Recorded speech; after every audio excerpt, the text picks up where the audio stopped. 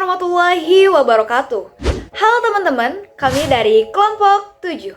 Alasan kami membuat video ini adalah untuk memenuhi tugas mata kuliah manajemen strategi dengan dosen pengampu Farizal Zailani SEMM. Di video kali ini, kita akan membahas tentang materi pengembangan strategi. Tapi, sebelum masuk ke materinya, saya akan memperkenalkan anggota saya terlebih dahulu. Yang pertama ada Auli Aulia Mardayanti dengan NIM 0322054. Saya Dea Rahmawati dengan NIM 0322056. Saya Firman dengan NIM 0322057. Saya Vina Gustavia dengan NIM 0322052. Oke teman-teman, kita masuk ke dalam materinya. Di dalam pengembangan strategi, kita akan membahas yang pertama ada TOWS metrik, yang kedua ada space metrik, yang ketiga ada BCG metrik, yang keempat ada metrik internal dan eksternal, yang kelima ada grand strategi metrik, yang keenam ada kuantitatif strategi, planning metrik, dan yang terakhir ada kesimpulan. So, kalian harus simak terus video ini ya. Oke teman-teman, dalam pengembangan strategi memiliki 3 tahapan. Tahapan yang pertama adalah input stage, yaitu mengumpulkan data eksternal dan internal sebagai landasan analisis. Tahapan yang kedua adalah matching stage, yaitu mencocokkan faktor internal dan eksternal untuk menghasilkan alternatif strategi, yaitu matriks TOWS, space, BCG, IE, dan grand strategi. Dan tahapan yang ketiga adalah decision stage atau pengambilan keputusan, yaitu memilih strategi prioritas terbaik dari berbagai alternatif dengan menggunakan kuantitatif strategi, planning metric atau QSPM. Materi selanjutnya adalah TOWS metrik. TOWS metrik ini adalah salah satu alat yang paling sering digunakan dalam tahapan matching stage. Istilah matriks TOWS secara filosofi perspektif dalam melakukan analisis adalah memperhatikan eksternal, yaitu opportunity trait terlebih dahulu, barulah ke internal, yaitu strength dan weakness. Kalau SWOT berarti SW-nya internal terlebih dahulu, barulah ke eksternal. Matriks TOWS itu sangat membantu manajer mengembangkan 4 jenis strategi dari faktor eksternal TO dan internal WS, maka akanlah muncul 4 kuadran. Nah, teman-teman, untuk mengembangkan matriks TOWS maka dilakukan beberapa tahapan berikut. Yang pertama, perusahaan mengidentifikasi peluang dan ancaman dari eksternal. Yang kedua, selanjutnya perusahaan mengidentifikasi kekuatan dan kelemahan perusahaan. Dan yang ketiga, setelah melakukan identifikasi faktor eksternal dan internal, maka selanjutnya mengembangkan berbagai alternatif dengan menggunakan 4 kuadran. Nah, teman-teman bisa dilihat contoh kasus TOWS metrik. Di sini kami mengambil contoh kasus di suatu perusahaan toko komputer retail yang mengalami kesulitan karena adanya pembangunan jalan tol yang memberikan dampak lokasi perusahaan menjadi lebih sulit dijangkau oleh konsumen. Teman-teman juga bisa dilihat di dalam tabel ini bahwa perusahaan mengembangkan list kekuatan dan kelemahannya. Terdapat beberapa kekuatan seperti perputaran inventory saat ini meningkat 8%, rata-rata pembelian pelanggan naik hingga 40%. Moral karyawan sangat bagus, aktivitas promosi di toko mampu meningkatkan penjualan hingga 20%. Belanja iklan turun padahal penjualan naik. Berarti hal ini perusahaan lebih efisien. Pendapatan dari jasa perbaikan juga naik 16%. Kemudian di sisi SDM teknis yang mengurus jasa perbaikan itu yaitu lulusan S2, Teknik Informatika Komputer. Dan berikutnya rasio utang perusahaan turun 30%. Sementara kelemahannya meliputi penjualan software dari toko turun sebesar 12%. Kelemahan yang muncul lokasi saat ini susah karena adanya pembangunan jalan tol. Kemudian ada lagi nih teman-teman, karpet dan warna toko yang harus diperbaiki, kamar mandi yang harus diperbaiki. Total penjualan di toko turun 8% walaupun penjualan keseluruhan naik. Kelemahan berikut ini, toko tidak mempunyai website. Waktu pengantaran barang dari supplier meningkat menjadi 2,5 hari karena mungkin adanya proyek jalan tol tersebut. Pengecekan customer melambat sehingga nanti antreannya menjadi lebih panjang. Pendapatan per karyawan juga turun hingga 19%. Ada juga nih teman-teman peluangnya, yaitu populasi kota bertumbuh 10%.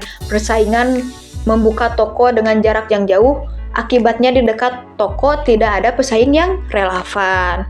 Kendaraan yang melintas juga bertambah 12%. Vendor mengeluarkan rata-rata 6 produk per tahunnya. Warga tua, warga senior yang menggunakan komputer naik sebesar 10%. Usaha kecil di sekitar toko perusahaan tersebut pun tumbuh hanya 10%. Keinginan maklar untuk transaksi website juga naik hanya 18%. Dan keinginan usaha kecil untuk transaksi website naiknya itu 12%. Nah, di sini juga ada ancamannya teman-teman, yaitu adanya Best Buy yang akan membuka toko di dekat perusahaan serta kampus lokal menawarkan perbaikan komputer. Nah, hal ini juga akan melawan pendapatan dari jasa perbaikan, padahal perusahaan rencananya menambah pendapatan dari jasa perbaikan. Namun ternyata si kampus lokal ini juga menawarkan hal yang sama. Bypass, jalan tol akan mengalihkan lalu lintas, tentunya karena ada jalan tol lalu lintasnya akan menjadi berubah. Dan nantinya perubahan-perubahan yang akan membuat posisi perusahaan menjadi tidak menarik. Mall baru juga sedang dibangun di dekatnya, harga gas naik 14%, sehingga vendor menaikkan harga 8%. Nah, gitu teman-teman, dari faktor eksternal dan internalnya, maka akan dikembangkan strategi di masing-masing kuadran. Di sini kami akan memberikan contoh kuadran pertama saja, yaitu terdapat sel yang berisikan strength dan opportunity atau SO. Di sini terlihat ada promosi toko yang mampu meningkatkan penjualan hingga 20%. Bisa dilihat di strength nomor 4, teman-teman. Jadi itu teman-teman pembahasan dari TOWS Metric. Baik, matriks berikutnya yang akan digunakan untuk mengembangkan strategi adalah matrix page atau disebut juga strategi position and action evaluation. Nah, pada matrix page, kuadrannya dibagi menjadi 2 dimensi, yaitu internal dan eksternal. Dapat dilihat pada gambar 7.2, dimensi internal terdiri atas 2 komponen, yaitu posisi keuangan atau financial position dan posisi persaingan atau competitive position. Sedangkan dimensi eksternal terdiri 2 komponen juga, yaitu posisi stabilitas atau stability position dan posisi industri atau industry position. Nah, dari 2 dimensi ini akan dihasilkan juga 4 kuadran. Selanjutnya yaitu BCG Matrix. Matrix ini dikembangkan oleh perusahaan Boston Consulting Group. Biasanya juga disebut sebagai The Growth Share Matrix yang dikembangkan pada tahun 1968. Matrix ini dapat digunakan untuk perusahaan yang memiliki berbagai macam divisi. Keuntungan matriks ini memungkinkan organisasi multidivisi untuk mengolah portofolio bisnisnya. Bila mana menggunakan matriks BCG, maka terdapat istilah RMCP atau disebut juga Relative Market Share Position yang didefinisikan sebagai rasio antara pangsa pasar divisi terhadap industri, khususnya rival terbesar. Dapat dilihat pada gambar 7.8 bahwa sumbu horizontalnya adalah bicara tentang relative market share position, sementara sumbu vertikalnya menggambarkan daya tarik industri. Dapat dilihat juga, metrik BCG terbagi menjadi 4 kuadran. Kuadran pertama disebut question mark atau tanda tanya, di mana perusahaan dapat hidup atau dapat juga mati. Bila dikaitkan dengan produk life cycle, maka question mark ini ada di bagian pertama daur hidup produk, yaitu tahapan pengenalan. Kemudian, Pada kuadran kedua, yaitu star atau bintang, di mana kalau dikaitkan dengan produk life cycle ini berada pada tahapan growth atau pertumbuhan. Lalu untuk kuadran ketiga, yaitu cash cow atau sapi perah, yang bila dipadankan dengan produk life cycle, maka kuadran ini masuk pada tahap mature atau dewasa. Sementara untuk kuadran keempat disebut dogs atau anjing, di mana kalau dikaitkan dengan produk life cycle, maka ini berada pada tahapan decline. Supaya perusahaan tidak mengalami penurunan atau decline, maka harus melakukan pengurangan, penjualan, atau likuidasi. Alat bantu analisis strategi keempat yaitu matriks internal dan eksternal. Matriks internal eksternal didasarkan pada dua dimensi utama, yaitu skor bobot total IFE pada sumbu X dan skor bobot total EFE pada sumbu Y. Nilai bobotnya dari IFE dan EFE diambil dari pertemuan pembahasan audit eksternal dan audit internal. Pada matriks ini, nanti akan terbentuk 3 wilayah utama, yaitu Yield and Growth, Hold and Mention, dan Harvest. Dapat dilihat pada gambar 7.10, sumbu horizontal bicara tentang kekuatan mulai dari rata-rata lemah dengan nilai 1.0 sampai kuat dengan nilai 4. Kemudian pada sisi vertikal bicara tentang eksternal faktor, mulai eksternal faktornya itu rendah, medium, atau high. Bila perusahaan berada di kuadran 1, 2, dan 4, ini disebut strateginya sebagai strategi growth and build, yaitu tumbuh dan bangun. Sementara kalau berada pada kuadran 3, 5, dan 7, maka masuk dalam strategi hold and mention. Sementara itu, kuadran 6, 8, dan 9, maka strategi yang dikembangkan adalah harvest or deepest. Pada sumbu X, dari metrik internal eksternal, skor bobot total IFE 1 sampai 1,99 mewakili posisi internal yang lemah. Sedangkan 2 sampai 2,9 mewakili posisi internal medium atau rata-rata. Sedangkan di atas 3 sampai 4 itu adalah posisi internalnya kuat. Sementara sumbu Y bicara tentang bagaimana efek eksternal terhadap organisasi, di mana nilai 1 sampai 1,9 dianggap lemah, 2 sampai 2,9 efek eksternal terhadap organisasi adalah medium, dan 3 sampai 4 itu adalah efek eksternal terhadap organisasi adalah kuat. Sedangkan pada gambar 7.11 dapat dilihat perusahaan memiliki 5 divisi. Terlihat divisi 1 memiliki sumbangan penjualan terbesar yang ditandai dengan lingkaran paling besar. Sedangkan divisi 4 memiliki sumbangan pendapatan paling kecil. Dari sisi kontribusi laba, maka divisi 1 memiliki kontribusi laba sebesar 59%, diikuti divisi 2, 3, 5, dan 4. Setelah kita mempelajari tentang matriks internal dan eksternal, tadi juga kita sudah kasih contoh-contohnya, semoga bisa dipahami dan juga bisa dipelajari di rumah masing-masing. Selanjutnya pembahasan tentang grand strategi matriks, yang dimana di grand strategi matriks ini didasarkan pada 2 dimensi ya. Pada 2 dimensi apa? Pada 2 dimensi evaluatif. Yang pertama ada posisi kompetitif, yaitu bisa kita sebut dengan sumbu X, dan juga posisi pertumbuhan pasar, yaitu kita bicara tentang industri. Nah, ini kita pakai dengan sumbu Y. Jadi ada sumbu X dan juga ada sumbu Y. Nah, terkait dengan 2 dimensi ini ternyata dibagi menjadi 4 kuadran. Yang pertama ada kuadran 1, ada kuadran 2, ada kuadran 3, dan juga ada kuadran 4, yang dimana kita bahas langsung di sini. Nah, kita bahas dari kuadran pertama dulu ya, kita pelan-pelan supaya mudah dimengerti. Kuadran pertama, posisi persaingan kuat dan pertumbuhan pasar cepat. konsentrasi lanjutan pada pasar saat ini yang dimaksud penetrasi pasar dan pengembangan pasar dan produk yang di dalamnya pengembangan produk adalah strategi yang tepat. Maksudnya seperti apa? Jadi kuadran ini menggambarkan perusahaan yang memiliki daya saing tinggi dan beroperasi di pasar yang sedang tumbuh pesat. Artinya perusahaan berada pada kondisi yang sangat menguntungkan.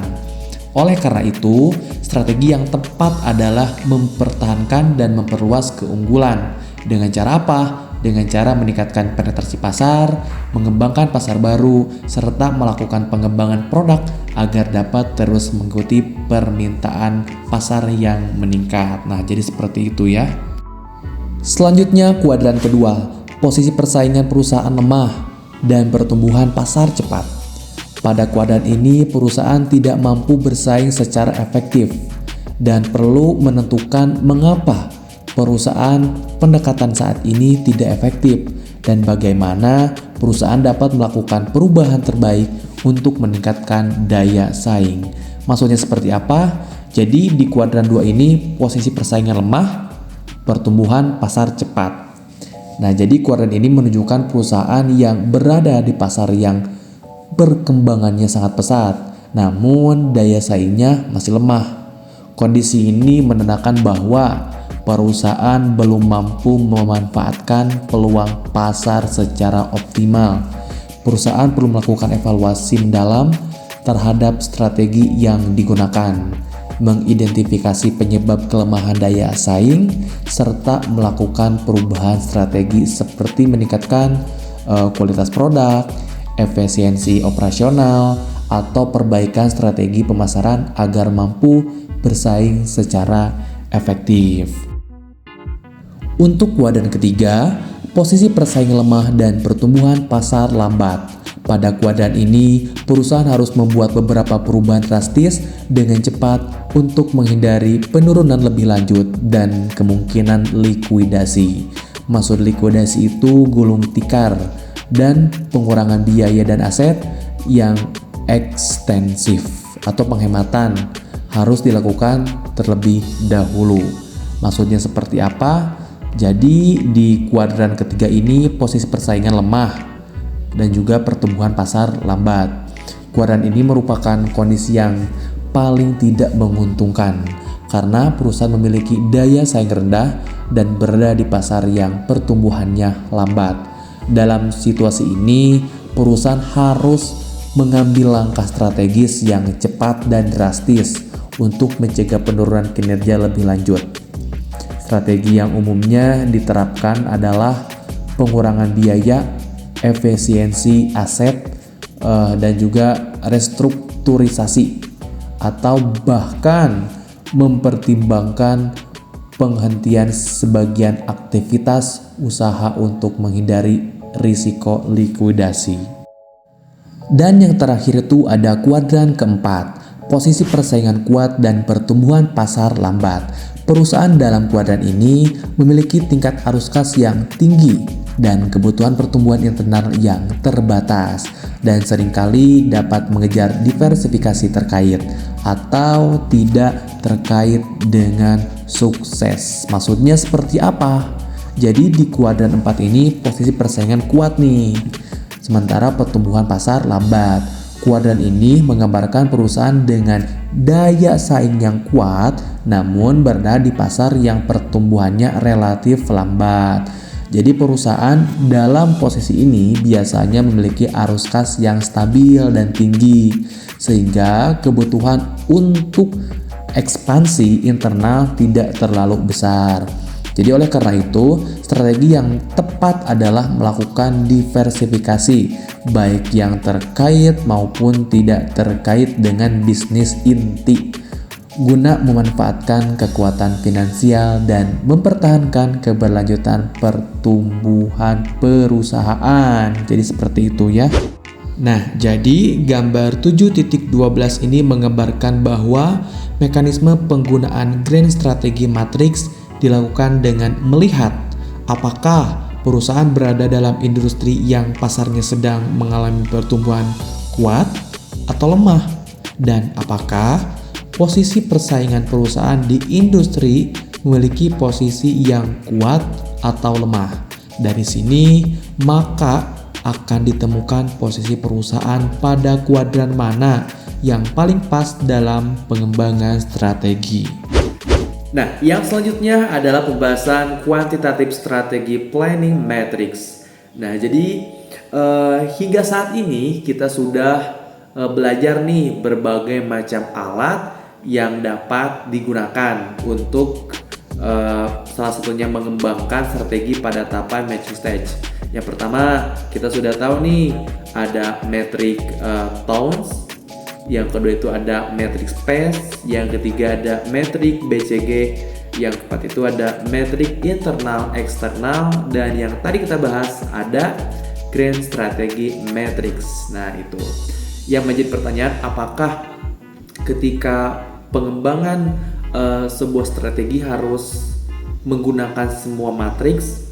Jawabannya tidak semua menggunakan matriks. Disarankan menggunakan satu alat yang paling recommended atau yang paling sesuai dengan kondisi perusahaan.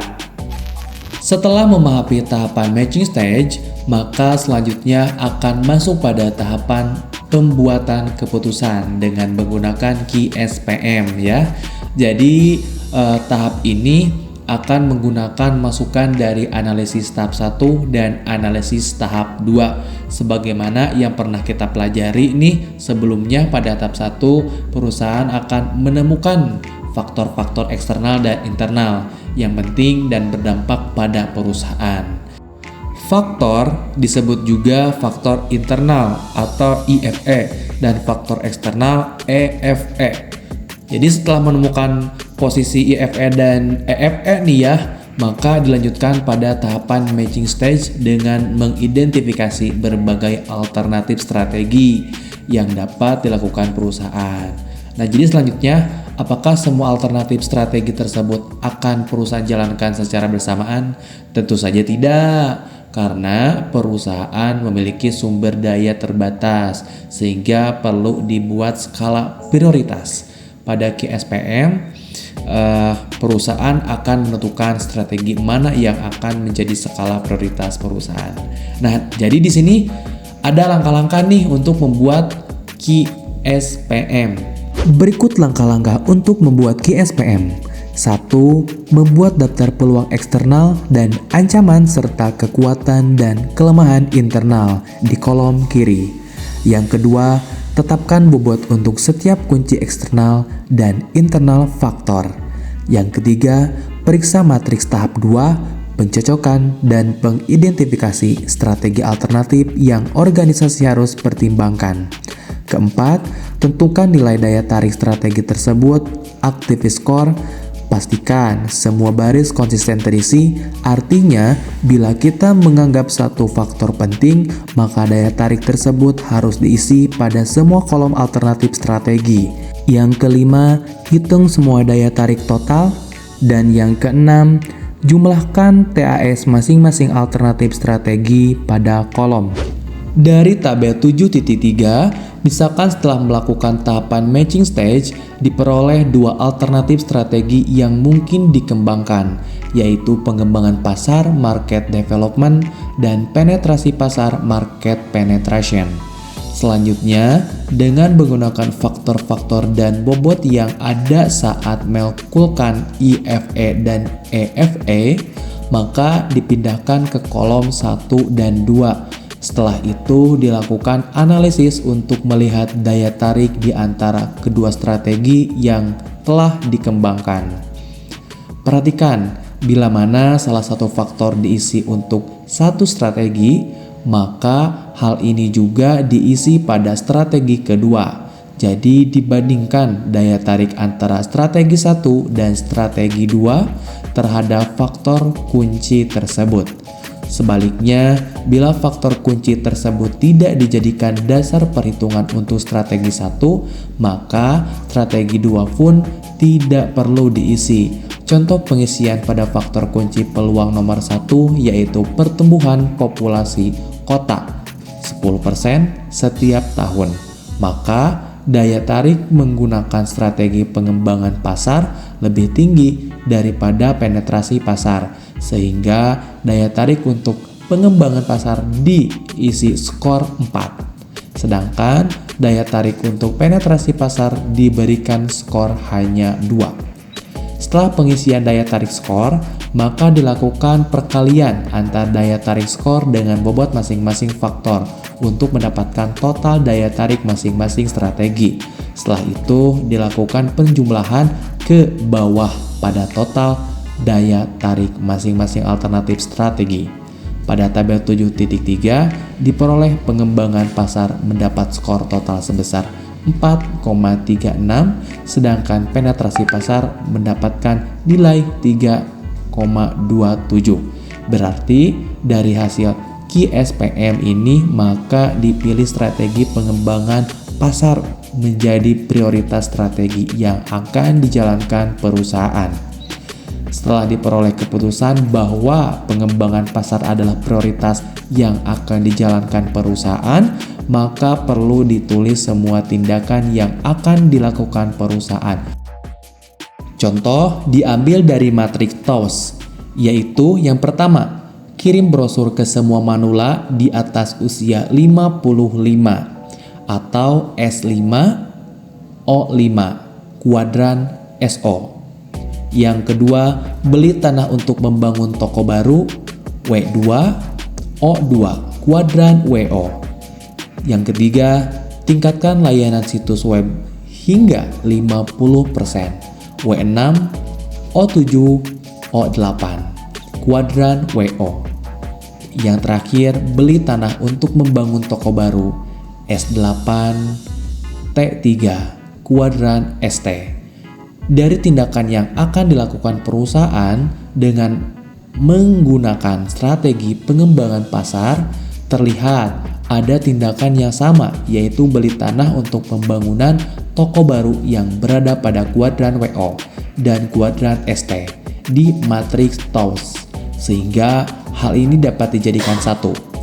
Kesimpulannya, perusahaan akan menggunakan strategi pengembangan pasar dengan melakukan tindakan berupa kirim brosur ke semua manula.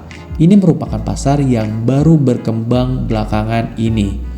Membeli tanah untuk membangun toko baru dengan pasar yang baru dan meningkatkan layanan situs web untuk menjangkau pasar baru yang belum dilayani oleh toko offline lainnya.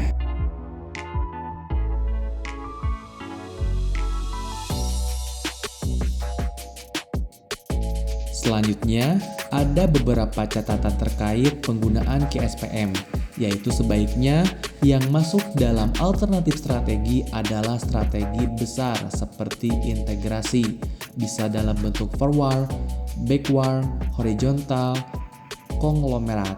Strategi intensif bisa dalam bentuk market penetrasi, market development, product development, dan diversifikasi atau strategi bertahan. Kemudian perlu diperhatikan pada setiap garis diisi konsisten. Artinya, bila mana semua faktor eksternal atau internal untuk strategi nomor 1 diisi, maka terhadap faktor tersebut juga baru diberikan penilaian untuk strategi nomor 2, 3, dan seterusnya. Bila mana faktor eksternal atau internal itu tidak diberikan skor daya tarik, maka semua strategi harus dikosongkan. Strategi yang menjadi prioritas utama adalah strategi dengan nilai total daya tarik tertinggi. Kesimpulannya, proses pengembangan dan pemilihan strategi dilakukan melalui beberapa tahapan yang dimulai dari input stage dengan penyusunan EFE dan IFE metrik. Kemudian dilanjutkan ke matching stage menggunakan model seperti TOWS, SPACE, BCG, IE, dan Grand strategi untuk menghasilkan alternatif strategi. Tahap akhir adalah pengambilan keputusan menggunakan QSPM metrik Guna menentukan strategi prioritas yang akan dijelaskan, perusahaan disarankan memilih alat yang paling sesuai dengan kondisi dan industrinya.